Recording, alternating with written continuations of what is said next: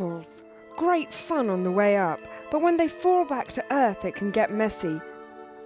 There's no bigger bubble in Britain right now than the housing market, particularly in London, inflated by ultra-low interest rates and government moves to revive mortgage lending.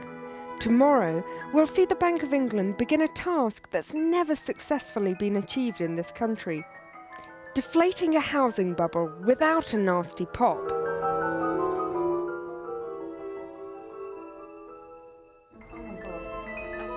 The thing is, from inside a bubble, things look very good. The property value goes up, and on paper, that means getting richer.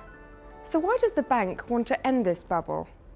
Because inevitably higher prices also mean higher debt, and when people can't afford that, it becomes dangerous for the economy too. Tomorrow, the bank is expected to intervene to try and cool prices.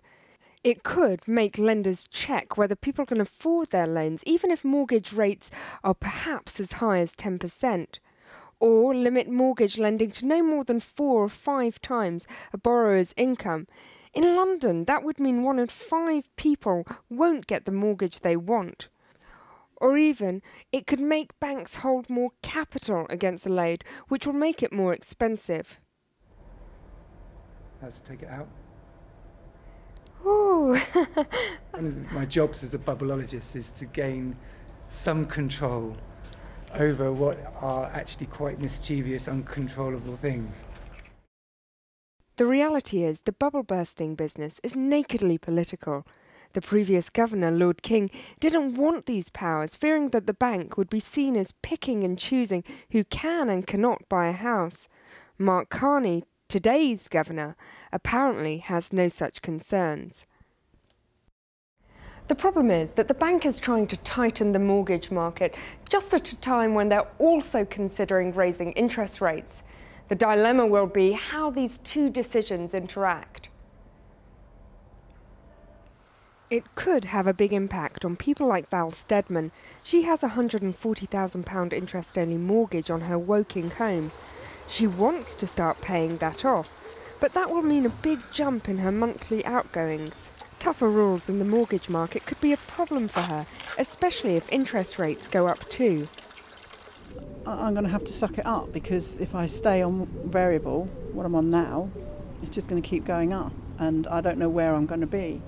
I'd like to know that, say, for 5 years, what it's going to be, because as I get older, I'm hoping I can keep doing my job, but you know, this is it. Can you keep doing what you're doing to pay the mortgage?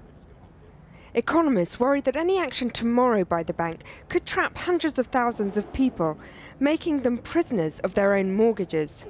It's important not to take too blanket an approach, not to take too draconian an approach, and not to apply it just to everybody across the board. We do need to recognise the fact that there are people already in the mortgage market who have an affordability issue, who need to restructure their loans, who need to remortgage, and actually by closing off that access, that you're not doing them any favours at all. Mark Carney is determined not to allow another generation to overstretch themselves and take on more debt than they can afford. It's bad for the borrower, but also slows down the wider economy, because people end up servicing their mortgages and spend less everywhere else. Mr. Carney thinks he can protect the recovery by attempting to deflate the housing bubble gently, but he may well inflict collateral damage on households who have already borrowed a lot or who can't get on the property ladder at all. It is still not clear whether the British are really ready to see their property bubble pop.